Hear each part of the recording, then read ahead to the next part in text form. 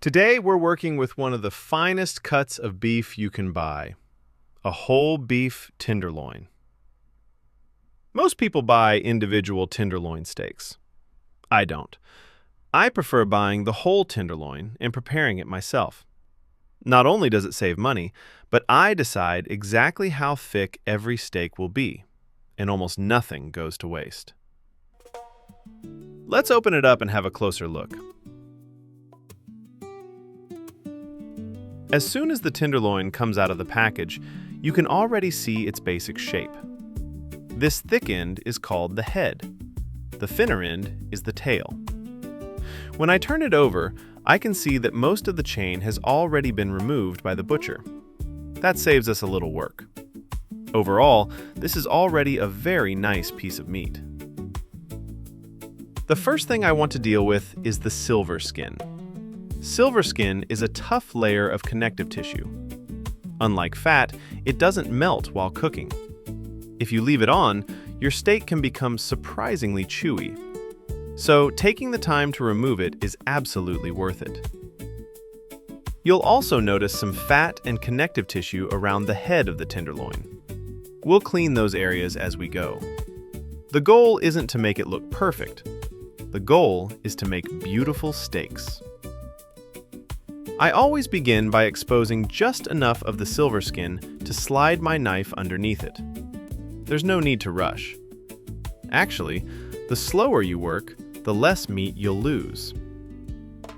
I'm not cutting deeply into the tenderloin. I'm simply revealing the silver skin so I can separate it cleanly from the meat.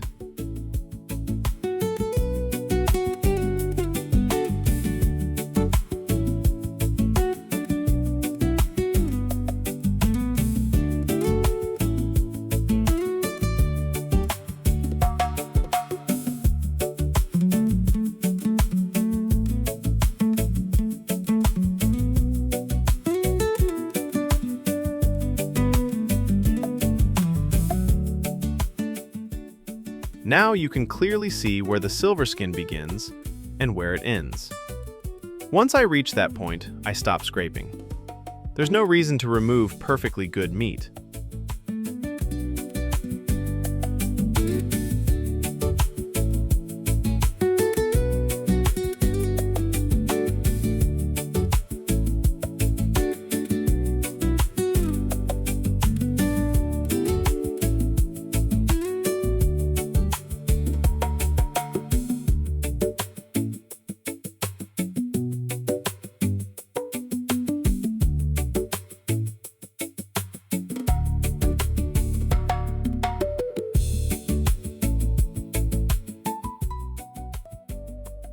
This small muscle can simply come off.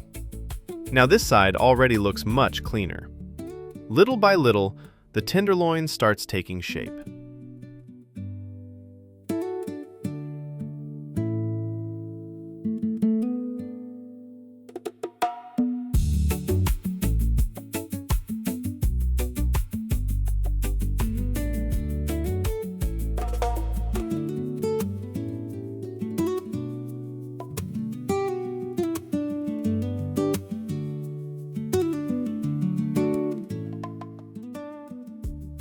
Turning it over reveals a little more fat and a remaining piece of the chain. I remove that as well. But don't throw these trimmings away. They're excellent for making beef stock, soup, or adding extra flavor to a stew. Almost everything can still be used. One thing I really like about preparing meat this way is that you gain a lot more respect for the animal. You start appreciating every piece instead of only thinking about the steaks.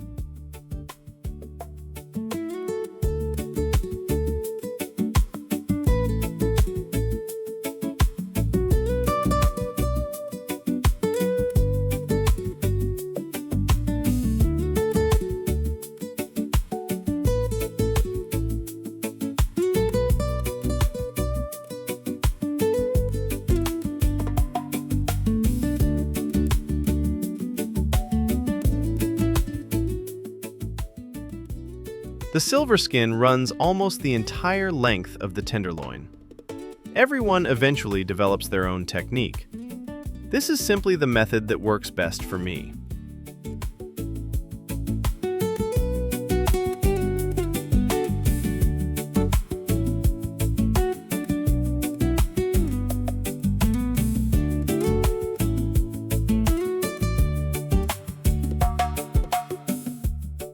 I slide the knife just underneath the silver skin.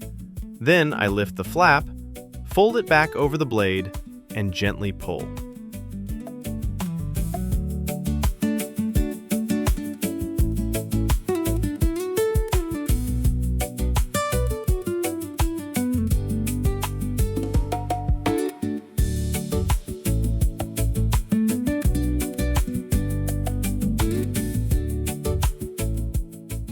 Notice that I'm not sawing. I'm letting the knife glide underneath the connective tissue while keeping gentle tension on the skin. If your knife is sharp, the silver skin almost peels away by itself. Look at that. Hardly any meat comes off with it. That's exactly what we're aiming for. I simply continue along the tenderloin, removing one small section at a time. This isn't difficult work, it just requires patience.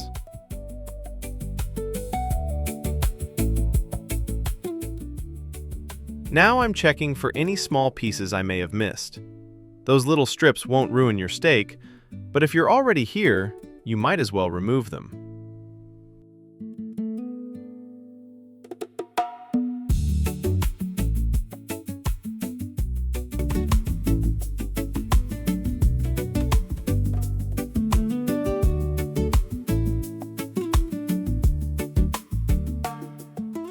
Inside the head, there's a heavier seam of connective tissue. For now, I'm leaving it alone. First, I want the outside completely cleaned. Working step by step makes the whole process easier.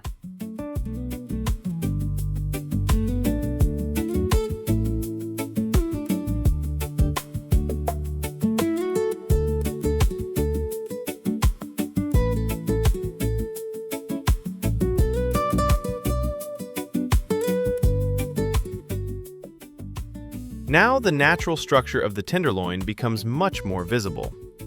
You can actually see where the different muscles meet.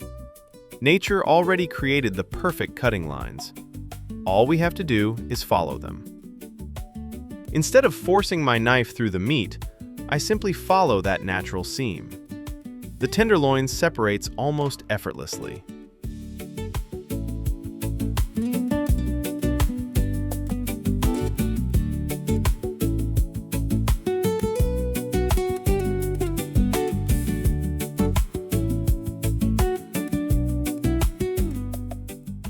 And there we have it, a beautiful, clean tenderloin, exactly what we're looking for.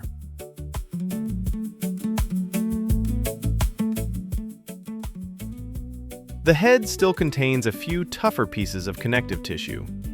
I open it slightly, trim away the heavier seams, and keep the useful meat. I'm not trying to impress a professional butcher. I'm preparing great food for my family. That's what matters.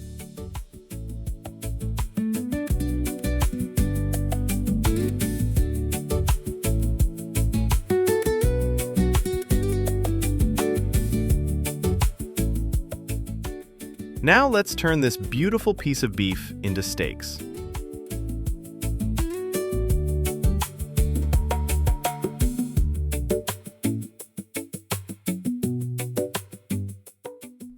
This tenderloin isn't especially thick. If I cut straight across, the steaks would become rather small. Instead, I angle my knife at about 45 degrees. That gives me larger steaks with a much nicer presentation. I like generous portions, so that's exactly what I'm cutting. As we get closer to the tail, the steaks naturally become smaller. That's perfectly fine. Those smaller pieces are ideal for children or for anyone who prefers a lighter meal. Nothing goes to waste. Just a little trimming, a little shaping, and they already look fantastic. No fancy equipment, no expensive machines, just a sharp knife and a little patience. Now we're left with the head. Many people overlook this piece. I don't. You can dice it for steak tartare, grind it for filet américain, slice it for stir-fry, or do what I like to do. Turn it into two beautiful steaks.